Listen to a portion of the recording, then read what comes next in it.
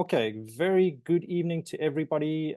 We are recording this so that we can make it available for people afterwards. My name is Koekemoer. I've prepared a PowerPoint slide for you to have a look at a couple of details. And we are specifically talking about ThetaHealing Instructors and about hybrid classes. We are going to be doing this for less than about an hour. We're going to be doing it for a short period of time. And that is essentially for you to see more about hybrid classes. Welcome. Thank you for joining us. Hybrid teaching.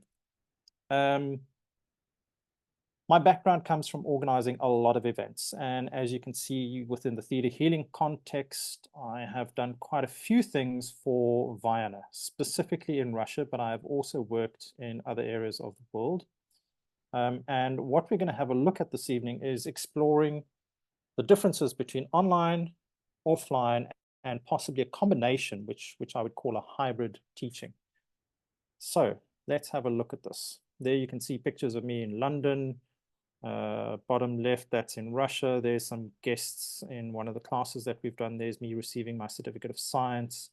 There's a big class down in the center of St. Petersburg. There's me up on stage saying something. There's me asking the audience questions. And then, of course, I can't have done this without my lovely little wife, Natasha. Okay, so have a look at the things that we should be considering, or the things that we should already know. Firstly, if you're a Theta Healing instructor, you should know what the rules are. In other words, you should know what the offline rules are, and you should know what the online rules are. For example, with one of the online rules, you should know, for example, that people should not be driving in their cars. Okay, so they should actually be physically in a classroom, in their office, at their home, behind a computer, because if they're driving in their car, example, you know, how are they going to be doing the meditation or something like that? So you should know what the rules are from Think. You should also know what the maximum numbers are. You should know how you are going to be presenting your class. But now there are subtle differences between offline and in-person in terms of what the rules are. The next thing that you should already know is what are your limitations. So let's have a look at, are you technically minded? Are you a good teacher? Are you somebody who's a new teacher? Are you somebody who's done major events where you've had 200 people in the stage or in the audience and you're on the stage? Or are you only used to teaching 5 or 10 or 15 people? Then you need to have a look at what are the requirements. So there's differences between online and offline. And if you have a look at online, you are going to need people who can assist you. You're going to have some backups in place in case you have a power outage, in case you have a disconnect from the internet. But the difference between online and offline, as you would already know, is that with offline, in-person classes, you're going to be in a physical space. You're going to have to give them coffee breaks. You're going to have to provide them with tea and coffee. You're going to have a certain amount of space. And depending on the number of people within the class, you're going to have some assistance. And then what you should already know is the costs involved between online and offline. Now, online requires more investment in computer technology or sound technology, or maybe if you've got an assistant helping you with a 30-person class, maybe making sure that you've got the right sized internet. Whereas with offline, you don't really need to invest in that because you should be able to rent most of that stuff. So you should be able to rent a venue which has got a sound system. You're just going to have to take your laptop through there. And you don't need to have another assistant in the class with a laptop unless you're going to be going into the hybrid space. And the costs need to make sense for you. You would spend less doing online because you don't need to rent a space. But a lot of people want to do the offline in-person stuff because they want that personal touch. They want that feeling. Now let's have a quick look at the important things that you need to consider. So on the left-hand side, I've had a look at some of the things like the maximum number of students, what your deposit or your class fees are, your costs that you're going to have to pay out, then the manuals, then your book. With most of the Theta Healing classes, you need to provide a Theta Healing printed book, not the manual, but the book that's been published by Hay House, or now I think Penguin Random House. You would also need to have a look at the certificates. Then there's going to be the practical exercises. You might need music within that. And then, of course, you've also got You might need to have a teaching assistant, and you might need to have mics and speakers. And I've got some examples here that I'll show you in a couple of minutes. And then you need to have a look at the fact that online you can record, but offline you can't record. So we all know that within ThetaHealing, you are not allowed to record the classes. And then your expenses, in other words, staffing, food and coffee and tea, printing and materials and stuff like that. So these are the most important things that you need to consider when you start having a look at a hybrid class. Now, your role as a teacher, and this is super, super important because this is going to help you understand whether or not you want to do a hybrid class, whether or not you want to move into online, whether you want to stay in offline, and the way that you want to move forward. Your role as a teacher is basically you want to provide theory, okay? You want to be able to show them the demos. You want to do the practical demos and show them how to do a muscle test or show them how to do the digging work, or you want to give an example in terms of doing fear work. You also want to give the students practical exercises so that they can practice the theory that you are teaching them. And then you need to be able to monitor and understand that the students understand and that the students can actually do the practical exercises. Another role that you have is to hold the space for the students to become practitioners, okay? There's no test, there's no exams. You are holding the space. You're going through the motions. You're giving them the information. You are allowing them to connect to the creator. You are giving them that space where they can become solid theta healing practitioners. And then you also have a role in terms of where you have to guide those students through the challenges. And you need to witness the growth of your students. Those are your basic roles. And for you to be able to provide that in a high level and make sure that your students become good theta healing practitioners, that is where you need to decide whether you're going to keep it to an offline class, whether you are going to go to an online class, or whether you are going to attempt the hybrid model. Okay. Now, the max numbers, how many students can you effectively manage? I've seen that some people have the ability to run a class of about 40 students in person, but when it comes to running an online class, it becomes a little bit more difficult, and we'll go into some of the peculiarities about that a little bit later. But you need to get to the point where you understand how many students you can effectively manage on your own to achieve those key roles that you are required to do as a teacher. If you've got too many students, are you going to be able to monitor and make sure that all of those students understand the practical exercises? Okay. Now, when it comes to the costs and the fees, I've covered this a little bit. You're looking at how do you make sure that you are not doing this as a charity event, because this is obviously not something that you do on a full-time charity basis. If it is something that you want to do as a charity event, fantastic. If you've got funding from somewhere else, that's perfect. But if you are like 99% of the theta healing instructors, you are going to want to do this and maybe make this as a permanent business. So how do you make sure that you cover your costs? How do you make sure that you can cover the expenses for room rental, for the printing of manual certificates or handouts, or even creating notices and pamphlets and posters? And then there's also the equipment rental, there's the coffee and the tea breaks. And the question comes in, and always we get asked this, is, are the expenses the same for online as what they are for offline? Now, we get asked this for the instructor classes that we host. And the simple answer is the expenses are different. Because with an online class, maybe if you've got 30 or 40 people, maybe you need to hire a teaching assistant, or you need to hire a technical person, or you need to make sure that you've got beefy, strong internet so that you can actually run it and make sure that everybody can connect to the class. So the expenses are different, but then again, it is very much dependent on how you run it, where you're connecting from.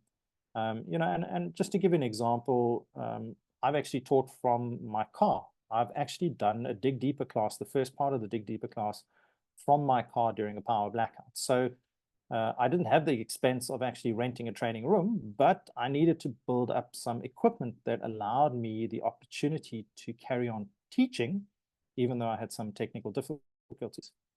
Other things that you need to consider is sound or music clarity. Now, we've got a lovely lady by the name of Sonia who teaches, and she is a professional musician.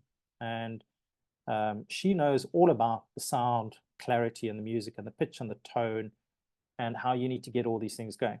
And what you need to understand is the differences that exist between offline and online. When you are offline, you usually have a sound technician in a concert hall who sets up the speakers and the mic, and they make sure that everything is okay.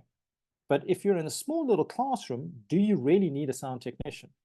Okay, because you can stand up front, you can speak, you can extend your voice out, but as soon as you get to a bigger classroom, or as soon as you've got like 20 or 30 or 40 people in the classroom, if everybody's talking at the same time doing a digging exercise, are you going to, hey, shout, so that everybody understands that you are wanting them to switch partners? Or are you going to save your voice and maybe hire a technical expert, a sound technician who will monitor the sound and set the speakers up and give you a microphone and stuff like that? Music is an important issue that you need to consider. When you are teaching online, music becomes extremely difficult to get it right. And that's got to do with the Zoom algorithms. But when you are in an in-person class where you've got people sitting on the chairs in front of you, it's a lot easier because you just slap a CD player down or connect it to the speaker system, turn up the volume, turn down the volume. It's easy. You can do it yourself. But when you're online, there's different things that apply. Now, you also need to understand that when you are doing a class, if you're doing online classes, it is a lot easier for people to record you. Whereas with an offline class, they're going to have to be really sneaky about it. They're going to have to get out a dictaphone or, you know, put the iPhone down so that the microphone is sitting up so that they can hear. So there's that issue that you also need to think about. And then you need to consider who is going to help you. So do you have a teaching assistant? Do you have a co-teacher? Now, the important thing to understand is that a teaching assistant can be somebody who has completed the class before. They can be a practitioner. But a co-teacher has to be somebody who is also certified to teach the same class. So if you're doing basic practitioners in an in-person environment, both of you are certified to teach basic in person. And if you are doing it online, both of you, you and the co-teacher, need to be certified for online teaching as well. You can't have somebody who has not been certified for online because they're not going to understand the requirements from Think. And then the last thing that you need to consider, and this is very important, do you pay your teachers or your co-teacher or your teaching assistants or your staff that work for you, or are they volunteering for you?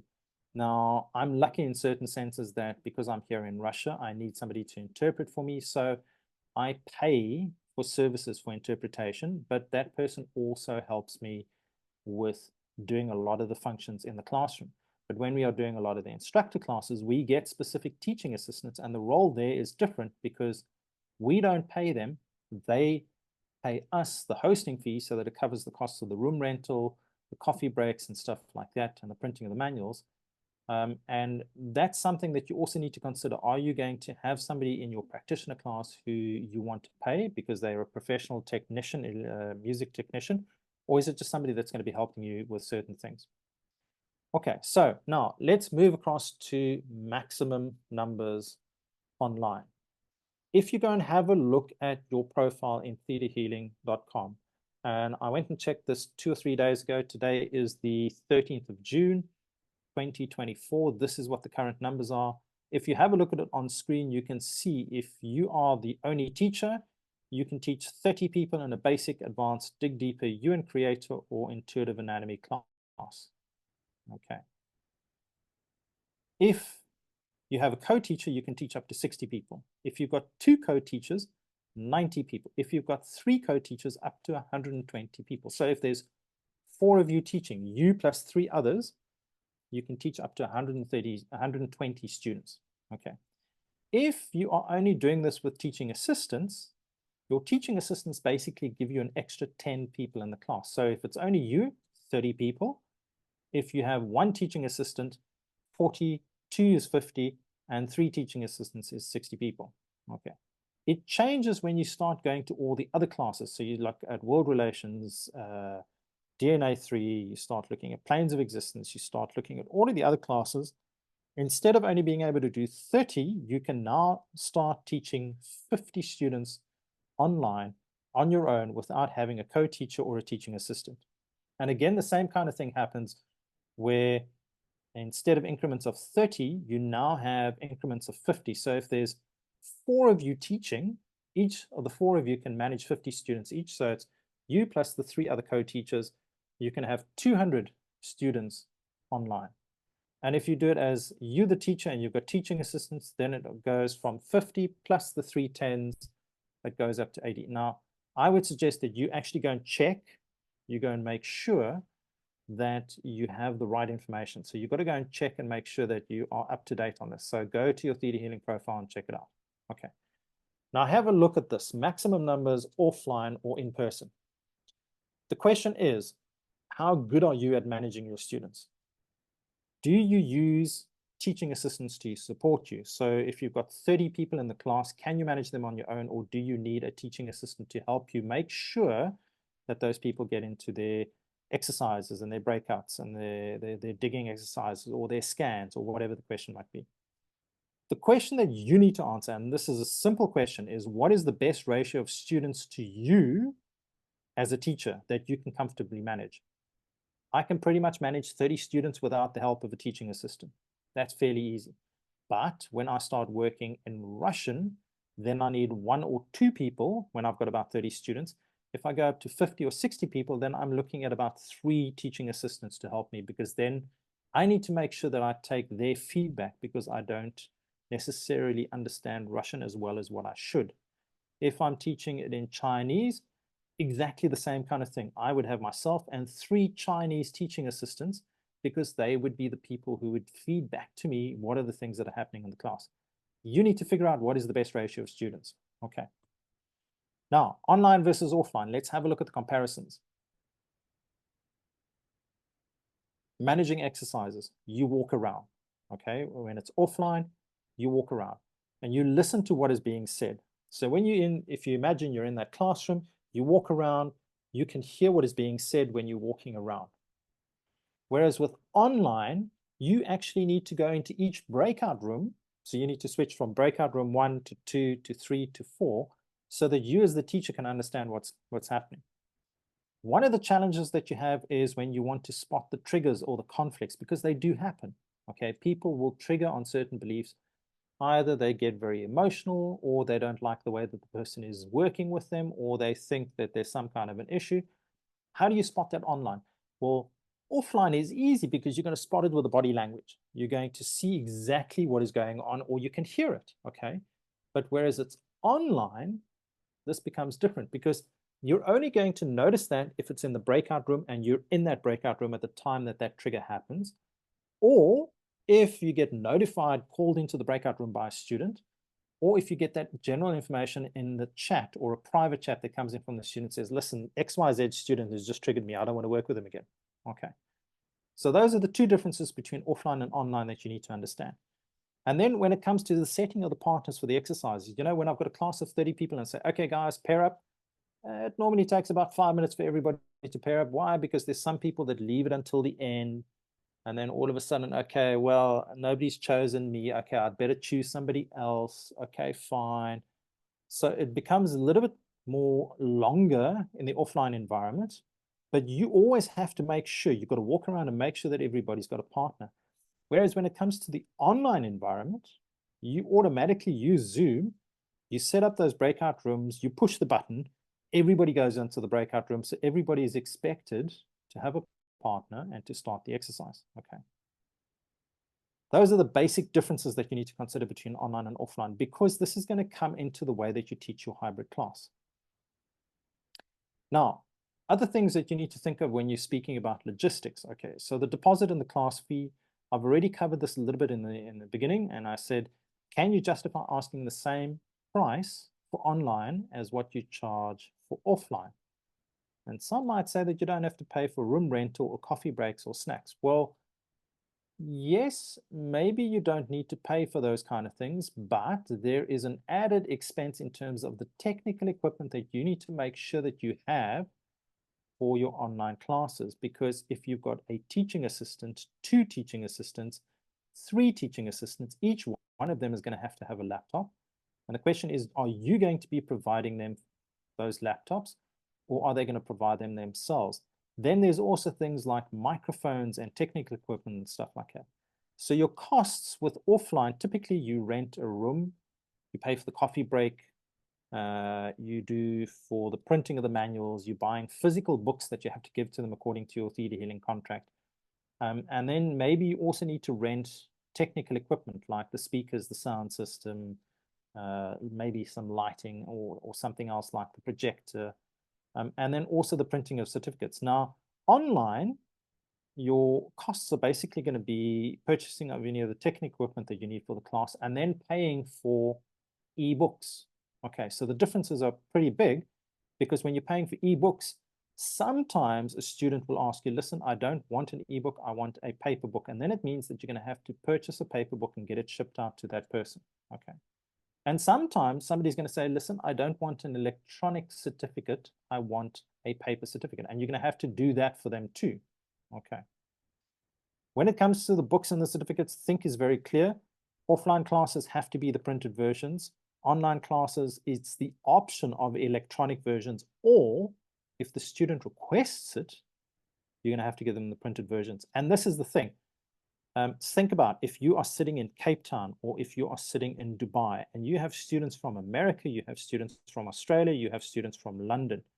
If you're doing an online class, how are you going to get, if the person requests it, how are you going to get physical copies of those things to them? You can't send the manuals across to them because they're not allowed to be printed from the manual versions that you have. I think they've put some kind of a setting on Adobe so that you can't print those out. So then you might need to contact a teacher in London or in America or in Australia and say to them, hey, listen, I'm doing a class with so-and-so. I can't send them a printed version of the manual. Can you possibly print it out for me, please, and give it to them, and I'll pay you for that. Okay. And then when you're looking at offline, you know, you might have to get music sorted out. So you might need to have a little iPod player or a tablet with a connection to the internet to play some music, or a speaker system or CDs. I'm not too sure if CDs is still a big thing where you are. But for online, you're going to need a very good technical system and possibly a technician to help you ensure that the music that you want to play online is correct in Zoom, because there is an issue. And we see this from time to time when we go on the instructor classes, because Zoom focuses on the voice section. So the voice is at a certain frequency and the music gets lost. Okay, the music absolutely gets lost. Okay. Now, let's quickly have a look at managing the team. Your team member, your co-teacher, if it is offline, the co-teacher is normally in the same physical location as you. When you're doing it online, that co-teacher can be anywhere in the world. So I could be teaching with somebody who's sitting in Australia, and we could be managing it between the two of us. Your teaching assistant, the same kind of thing there. The teaching assistant should normally in the offline environment be there to help you with the setup and the cleanup of the class. And where it's online, the teaching assistant is mostly there during the exercises, so they don't have to help set up, but you might need to give them co-host rights on Zoom so that they can actually help with any issues, or so that they can jump from breakout room to breakout rooms. And then managing your technical person, if it's offline, we rent a particular training room in a hotel here in St. Petersburg in Russia. And if I've got technical issues, then I've got to call up the technical guy and I've got to say to him, hey, listen, you know, we need to get something changed or something fixed. Issues with microphones, speakers, sound, feedback, whatever. Whereas if it's online, your technical person needs to have a very good understanding of internet-related issues and of PC and laptop-related issues. For example, if the person can't connect, your technical person needs to be able to help the student connect. If it's an Android device, a Microsoft device, Apple device, whatever, they need to have a fair understanding of all the different technologies and the products so that they can help you with online. And those are the differences, the basic differences that you will encounter when managing your team, because you're going to have to make sure that your team knows what they need to do. Okay, so let's have a look at your setup. This is just a very quick picture. You will see that the kind of technical equipment that you might need in an offline environment is some kind of a projector or a TV screen. You might need your technician, your sound technician. You're going to have some speakers. You might need a microphone which is sitting on a stand. and then your teaching assistant, and your teaching assistant will be looking after a set number of students. If you're the teacher, you might need to have a radio mic or a microphone on a stand. And then if you've got a co-teacher, they might also need to have access to the same thing. And between the two of you, you might need access to a tablet or a laptop so that you can get information up onto the screen. And your technical guy is going to have to manage that from time to time. Okay. And then don't forget what your setup would be is you would also need to have those paper books or the ebooks and the manuals that you make available to your students. Now, here comes the interesting slide, the information that you've been waiting for. How would I do it? Okay. In green on the left-hand side here is my physical room. And on the right-hand side in the white section is my online room. If I had the opportunity to run a big class, let's say, for example, I'm going to running maybe 60 students, 50 or 60 students. I would have a teacher, that'll be myself, and I'd have another co-teacher, and both of us would be on the same level. And we would go through the class before we even start to decide who teaches what and how we're going to do it. I would have a camera that is going to be facing me or wherever I'm standing in the room. And that camera will be there so that the people who are online can actually see me teaching. Okay.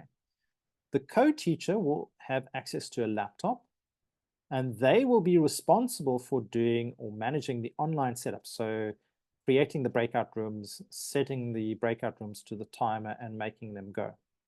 Okay. Now, there should also be a TV screen so that we can actually see all of those online students on the TV screen. And typically, I think the best ratio would be to have 20 students, 20 online students on one TV screen. So if I've got 60 students, I would have to have 3 TV screens just to show the students.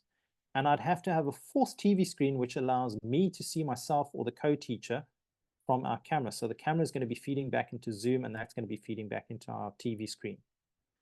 We would also need some kind of a mic for myself or the co-teacher, whether that is a radio mic or whether it is a stand, so a microphone on a stand.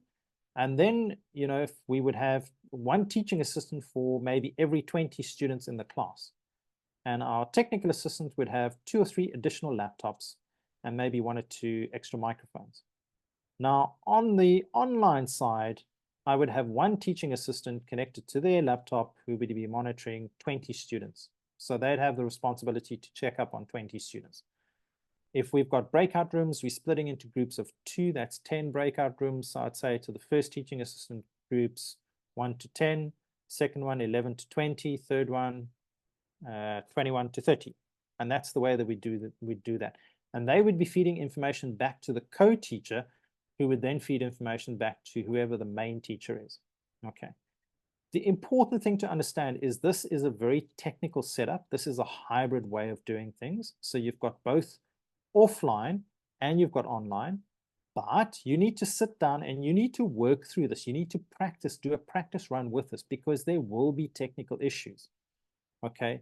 For example, one of the biggest things that we've come across is feedback, because we've got speakers in the room, we've got microphones placed in various sections, and then because there are certain types of microphones, they create a feedback loop into the speakers, and then all of a sudden the technical assistant has to switch the volume off. That's just one example. Okay. Now, the example set up for a small hybrid class where you don't have 60 students, where you only have yourself and a co-teacher and a teaching assistant. So you would have 1 camera, which is on yourself. You would be connected to a microphone, and that would be fed into a particular laptop, which is your feed into the online part. Okay. Then you'd have your teaching assistant would be working with a control laptop, and they would be managing a second camera, because the second camera is going to be focused on your class, on the students in the class, so that that gets fed back to the TV screen, which allows all of your online participants to see the reactions of the people in the class. Okay. Your teaching assistant would also be controlling the microphone, so that when people in the class are asking questions, that the microphone picks it up, pushes it back to Zoom, and it pushes it out to the people who are online. Because remember, in a classroom setup, physical classroom setup, the students will be asking questions, but those microphones that you might have or your co-teacher might have will not necessarily pick up the audio from those questions. Okay. Students, and this is an important thing to understand, students don't just learn from listening to the theory that you provide them. They also learn from listening to the questions that other students are being asked. They might understand that they understand things better. They might understand that they also don't understand something. So it might give them a direction in terms of the questions to ask.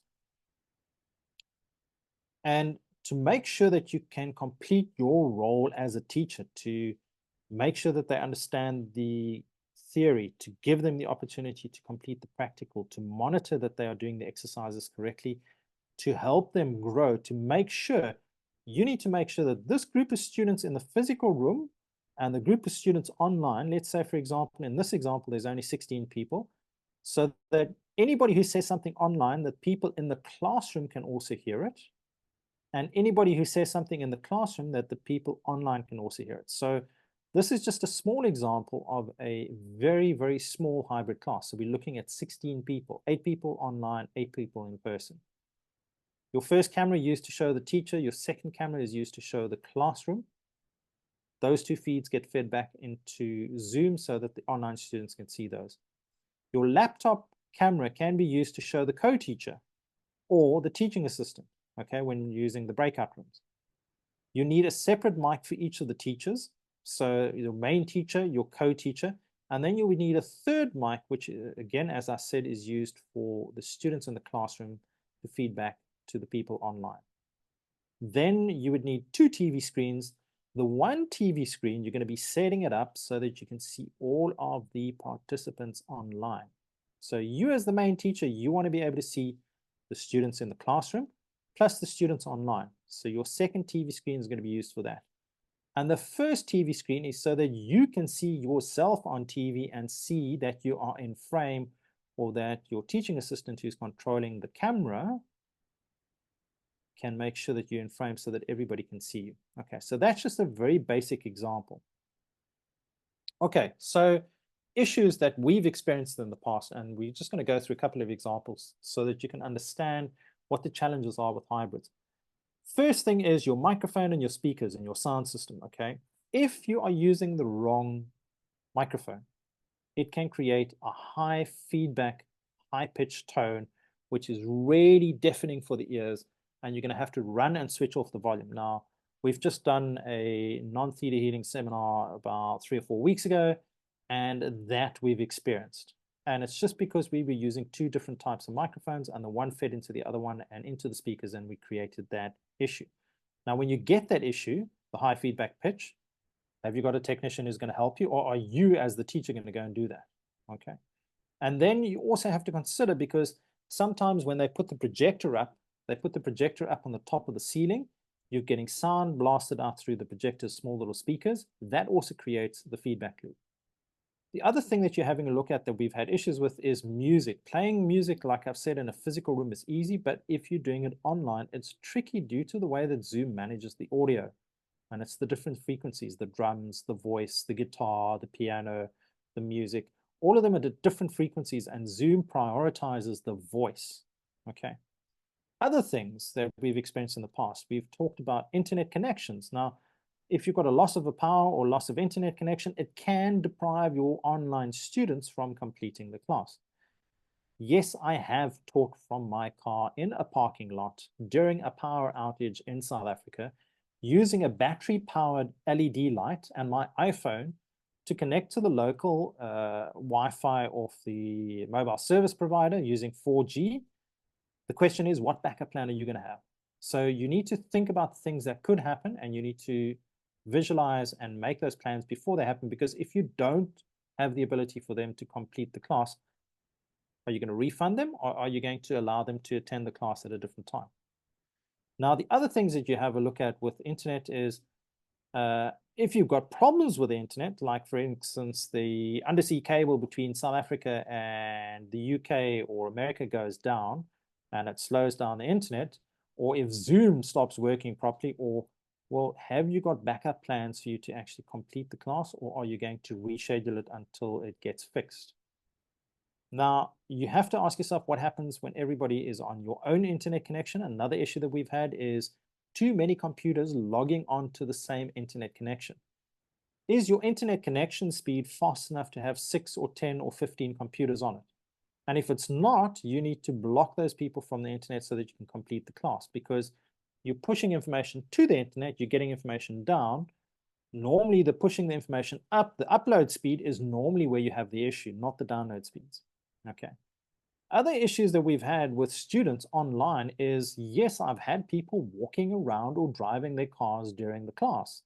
And that prevents them, just think about this logically, that prevents them from being able to do the theta healing meditation or to do a digging session. And sometimes there is even a loss of connection. Some of the other issues that we've had is also lateness or non-attendance. Now, you need to understand how much time you can allow somebody to miss before they cannot complete the class. And then what do you do with somebody who's left the class for family reasons? Now, remember, if it's an in-person class, it's a lot easier to run it, whereas if it's an online class, it becomes a little bit more difficult to really, truly know what is going on. And I'm not saying that you don't trust people. It's just a question of somebody might use anything as a reason not to do a digging session. Okay. Now, one of the other issues that we've experienced is printing issues. What are the hours that your printing studio is open? Here in Russia, luckily, we've got places here in St. Petersburg where I can pretty much print anything 24/7. Okay. And sometimes they can print at the last minute, but you need to figure these kind of things out, because if your students are in person with you, how do you get that printed documentation done? And then the challenge that you have is, and I've had this, people have said to me, Craig, can I get an electronic copy? And then they say, no, hang on a second, I want a printed copy. So you then got to go onto Amazon. You've got to make sure that Amazon delivers the print, the ebook to that particular place, or if it's a printed book, also does it deliver it to that place. There's a lot of things that you have to look at, and it's about managing the differences between the country that you're in and the country that your students are in. Okay, so let's have a look at a couple of examples. Here we've got our first event in Russia. We had close on to 300 people. There's Vianna sitting on the stage on the right-hand side here next to the tripod. And you can see we've got a projector. And what do? We project Vianna's image onto a big screen so that people can see them. Here you can see Guy sitting there. Now there's an example of Guy sitting with a microphone. Here on the top right-hand side, that's Josh. Raena is sitting in the back there, and we've got Katinka translating. There you can see we've got Josh up on the screen, and we've got the students here. We've got a flip chart on the left-hand side. We've got a little camera sitting over there, and we've got lighting up at the top. In the center middle, you'll see recently we did intuitive anatomy and inner child within you. That's the new name for Rainbow Children. Here you can see I've got a picture of Vianna on the TV screen, and here's my little computer with the Zoom connection. And there you can see on the right-hand side, bottom right, you can see there's Vianna on the TV screen again, and that's my little technical desk. And of course, if you're going to be doing it in a dark setting like this, you're going to need to have some lights. Here's some more examples. Now, when we're talking about running a hybrid class, here, think of being running a hybrid class. So you can see these group of students over here. You see the lady in the red shirt there. Well, there she's sitting. And this is the view that we had of her. So we had Eric, who was doing some kind of a teaching experience, and we had 4 ladies listening to him. And how did they do that? Well, they had a TV screen in their class connected to a laptop, and that was connected to one of the breakout rooms, which we were all part of. And this is how we did it. So there was a flip chart for them to use for their exercises. Eric is sitting there showing the information, and they watching. There's the flip chart behind them. They watching this thing online. So this is the way how we did a hybrid class, where we actually got Eric and those students to connect and to complete the exercises. Here you can see bottom left-hand side, you can see an example of Vianna doing an exercise with 3 of the students. That was Brian, Sonia, and somebody else who I'm not too sure that is. And then here at the bottom, very, very interesting, you can see Vianna's doing an exercise with a student. And here's the thing. Whenever you do a demo with a student, always remember that your student is going to have a microphone if you're in a big class, because the people are going to have to hear what the student is responding during the digging exercise. Here you can see an example where Vianna's doing it. You can see it on the big screen. And that's one of the students with a microphone in her hand, and everybody can hear. Here's another example of one of the rooms in St. Petersburg where we did some training with Vianna, and you can see the size of the room really requires that we got speaker system and then we've got a high big screen projection for people to see Vianna. And here you can see there's a large number of students. So if you have a look at that, that's about 7 across and it's about 6 down. So you can see if you've got 20 students, you can just more or less see what they are doing. So where I was talking about the ratio of 1 to 20. Now you can see here's another example of a big class, and they're in the center. Vianna's doing a demo. Here you can see somebody taking photos of the people in the class, and there you can see Guy up on the stage doing something. Here you can see a professional on the left-hand side, bottom left, you can see a professional camera, and that's focusing on Vianna up on the stage. And this is our little breakout room. So this was recently, this was about 4 years ago in Moscow, where we had to feed close on to 300 people coffee, tea, and snacks. And you can see it takes a little bit of logistics. Now, here we start talking about one of the exercises. I think this was in basic, where you have to do scanning, and then one person will move to the left, one person moves to the left, so the whole row would stand up and move to the left. Now, how are you going to do that in an online class? I don't know. How are you going to do that in a smaller class? Well, you make a plan. Here again is Moscow. You could see here we've actually got 2 screens up on the stage. So we're displaying so that people from either side can actually see. And we've got a speaker system so that they can hear. Now, here we didn't have enough space to get everybody into one line, so we created 3 lines. Nice and easy. This was scanning somebody from behind. And then, of course, here you can see where we were talking. There's the actual view. The camera is focused on the screen. The screen is showing up onto the images onto the projector screens. Here's another big hall over here in Moscow where we did a ThetaHealing event. We had a lot of people in the audience. We had the translator sitting on the stage because it's a lot easier for them to hear Vianna there. If you've got multiple translators, then you're going to have to do something like this. You're going to have to get yourself translation units. And of course, here, one of the technical guys is actually helping Vianna with something. She's trying to get a tuning fork to play through the microphone.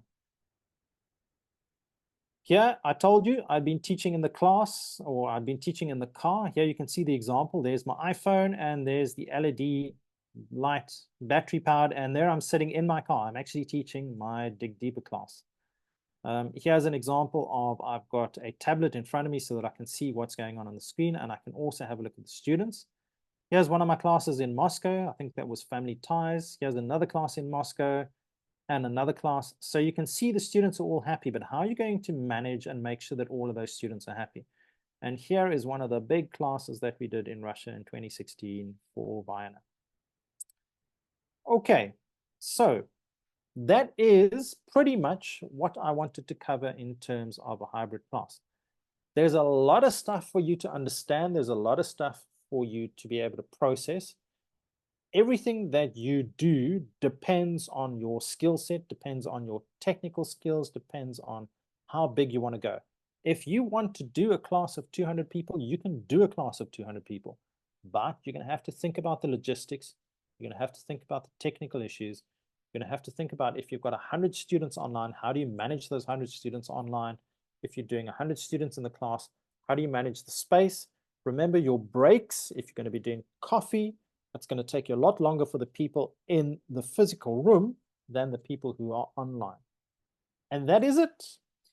Those are the bits and pieces of information that I wanted to share with everybody about hybrid classes. It's not impossible, but it is going to require, firstly, a little bit of belief work. Secondly, a bit of preparation. Thirdly, a bit of planning and testing.